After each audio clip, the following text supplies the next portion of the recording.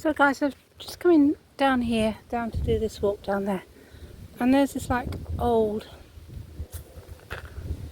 railway trains yard where all these old trains are all retired. Look at that. And then this one here, you've got a whole load of trains all parked up down there. Wow. I think that's Bury Station just down there. Okay, so just wanted to find a quick easy walk around Bury. I have got a load of other walks put together to go out on, but yeah, not a safe area around here, so just in case. So just wanted to have a chat with you today, so find somewhere quick to have a chat about the fact that I didn't turn up again this weekend. I just wanted to explain what was happening and what I'm doing about it and stuff. So by this huge Catholic school. It's a Sunday, so there's no one around, no kids. It's all good. I'm going down to this walkway down here somewhere. So this walk, there's this walk down to the water. I'm still not sure if I'm going to do it. It's just right by Bury Town Centre, and quite honestly, it doesn't feel particularly safe around here. We all know that Bury is not a safe location, so I can always go up there, I think. Anyway, just need a quick chat. I've got some big walks coming up next week, some really interesting ones, but I just needed to chat about why you haven't seen me this weekend again, or this last weekend again, because I have been trying to sort things out and I'm not quite sure. Well, I've not been quite sure how to deal with things, and also I've been suffering from a huge lack of sleep as well, because I don't know, this guy, he just never seems to go to sleep ever, certainly not in the night, and he has no concern about cooking, making a big noise in the kitchen anywhere between midnight and 3 o'clock in the morning. So I've had quite a few sleepless nights, and so on Friday night he had a party and he had a load of friends over, and because most of the time it was in his room, I didn't hear much. You know, I slept fast asleep, and then all of a sudden I was woken up by this huge racket in the kitchen. And it was 3 o'clock in the morning, so I stopped downstairs with my camera on, and I'll show you the video. But basically I told them I wasn't happy about being woken up, and they were shocked. And they said, as you can hear on the video, that they didn't know anybody else was living here.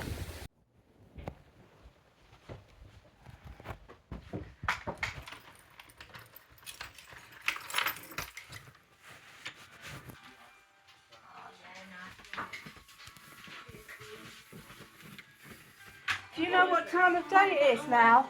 It's 3 o'clock in the morning and I'm trying to get some sleep. I didn't even know there was someone in here. Well, there is, and I rent here. I'm sorry. I'm sorry, we didn't know there was anyone else. Really? Well, now you do. Okay. No, sorry, We'll we didn't go.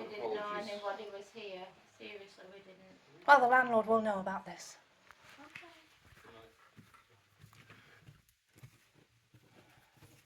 Anyway, I told them, I'm going to stand here. I told them that I was going to report this to the landlord and left it at that.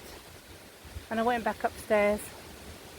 And of course I didn't get to sleep for the rest of the night. They did quieten down, and you can see from the video that they're not bad looking people. They sort of look middle class, don't they?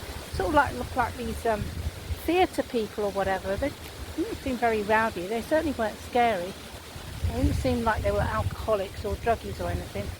Although, somewhere around 5 o'clock, had my air filter on and it went bananas. And then I smelt it, and it was all this scented sticks or whatever you call them. And I thought, oh great, now they're hiding the weed smell. You know how it is. I mean, it was really strong. It went from like 3 on my air filter to over 183, I think it was. So I videoed that as well, and the time. Just sent to the landlord if I needed to. So I've not sent either of these videos to the landlord, but I have texted him and said that, just wandering around, that I'm not happy, that I'm not getting any sleep. He's either in the kitchen after midnight cooking and making a lot of noise, or he's got a party going. I said, please can you have a word with him? Hello, Squidgy. Please can you have a word with him? So I got a voice text from him then saying, on WhatsApp, he sent a voice text. He said, I'm driving, but I'll get back to you shortly as soon as I've parked up, or something like that. I thought, right, okay. So I decided that I'd go out then for the rest of the afternoon because I didn't want to talk to him on the phone in my flat because you can hear everything. So I went out and I went down to Manchester and walked all sorts of places, but he never phoned, and I thought, right, he's gaslighting me again. Which made me think to myself, I wonder what his relationship is with Dan. I wonder, because when I was first moving in, he said, Dan's a pain in the backside, and I've warned him that I'm going to throw him out if he doesn't behave. But I am thinking that maybe he actually won't throw him out. I haven't talked to Dan at all. Sorry, midget on my arm. I haven't talked to Dan at all since I've been there, really, just saying hello, goodbye, and keeping out of the way. But I'm wondering, because Dan's lived there a long time, and I know Dan thinks of this place as his own, especially after the people who at the party thought that nobody else lived there. And I thought to myself, I wonder if he's told them that this is his house. I'll upset him then. He's had to pretend it was his house, and really all he's doing is renting it. Anyway, like I say, my landlord is gaslighting me. He's not been back to me. So I am wondering what his relationship is with Dan, and whether there is no way he's kicking him out because he's been there a long time, pays his rent, and he's a good tenant, all in all. And so I'm in two minds what to do next. Whether to chat to Dan and say, what's the score? Do you just want everybody out, and do you just want this place to yourself, and are you happy with your rent? Because obviously with me there and hardly seeing me, and not using the kitchen, I'm the ideal tenant for him. That's what I'm thinking of saying. The other thing I'm thinking, he wants us all to leave. He doesn't want us there. So basically, others have walked out. People have told me. The other guy who was here before said that he took that room off another guy who couldn't stand it there. And this guy, Ahmed, I think he's gone home or something for the holidays because his stuff's all there. I thought he'd left, but I had a look in his room the other day. I tried the door because I thought, oh, it's empty. I wonder if I can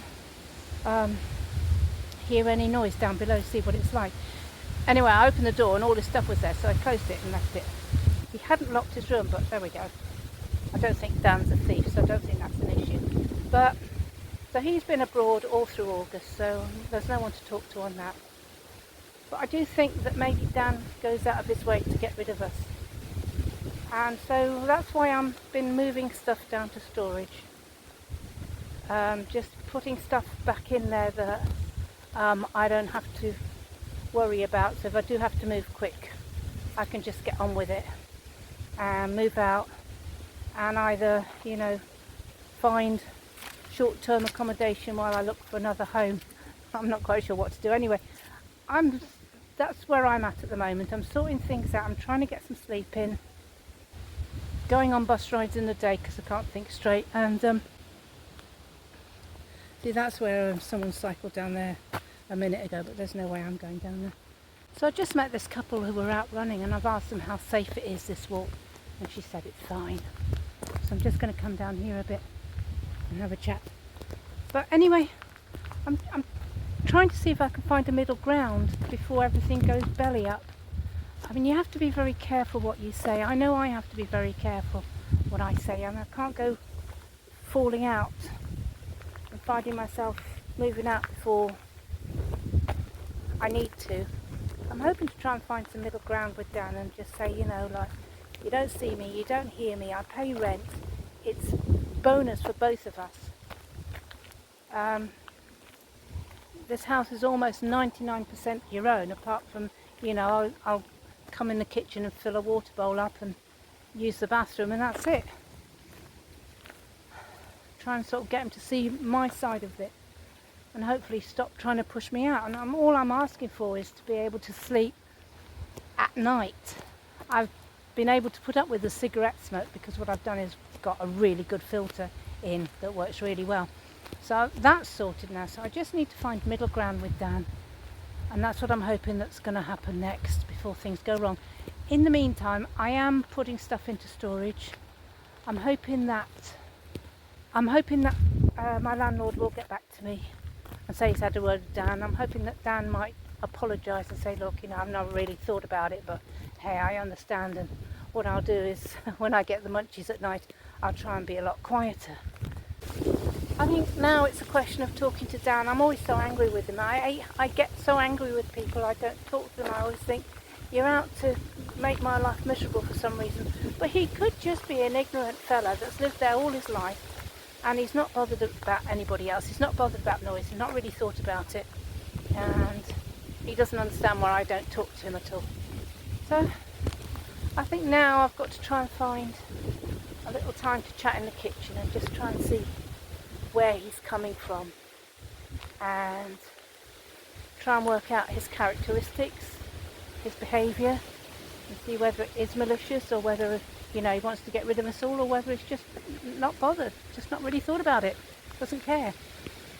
And maybe we can find a middle ground and we can both live there together happily ever after. Hopefully I'll get some sleep in. That's been the hardest thing. Not getting any sleep, like a zombie. I stay at home all day. I can't go out.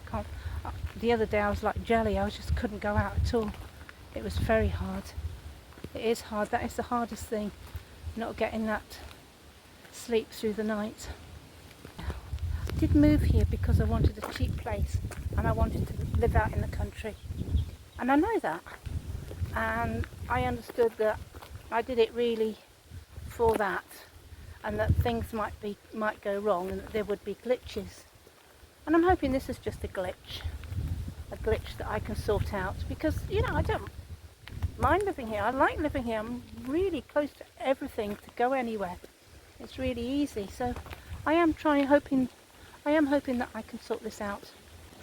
I do have a statement on my phone that reminds me every day that some days things can be difficult. Some days something will go wrong. How does the saying go? It says 1 minute life is easy and then it's not. Just to remind me that things can go wrong and there are ways to work it out. So these things are important for survival. Thinking things through and knowing how to working out how to deal with them. So I think I have some good survival skills, fortunately. So this is what I'll keep doing, and I'll update you once I know where I am. Hopefully it's only a small glitch and I won't be having to move out, but we'll see. And I will update you once I've had a chat with Dan, more than likely, or had a chat with the landlord, or had something happen. Anyway, hopefully I'll be able to get out next week and have a nice walk and a nice chat, and catch you guys then. Okay, take care.